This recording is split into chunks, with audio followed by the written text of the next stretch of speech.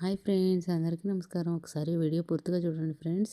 చిక్కుడుకాయ ఫ్రైని ఒక్కసారి ఇలా ట్రై చేయండి. మీకు చాలా అంటే చాలా బాగా నచ్చుతుంది. ముందుగా పావు కేజీ చిక్కుడుకాయలకి తీసుకుని చిన్న చిన్న ముక్కలు కట్ చేసి కడిగి మంచిగా ఒక గిన్నెలో వేసి వాటర్ పోసి స్టవ్ అంటించి స్టవ్ పై పెట్టి ఉడికించుకోవాలి. స్టవ్ పై ఇంకో బాండీ పెట్టి ఆయిల్ వేసి పోపు దినుసులు వేసి ఉల్లిపాయ ముక్కలు పచ్చిమిర్చి ముక్కలు వేసి పసుపు ఉప్పు వేసి మగ్గించుకోవాలి.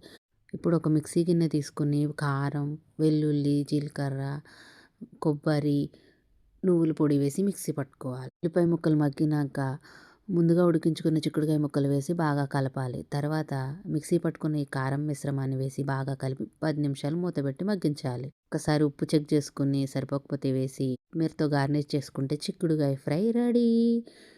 కాంబినేషన్ పప్పుచారు చేసుకుంటే సూపర్ ఉంటుంది ఫ్రెండ్స్. వేడి వేడి అన్నంలోకి చాలా బాగుంటుంది. మీరు ఒకసారి ట్రై చేయండి ఫ్రెండ్స్.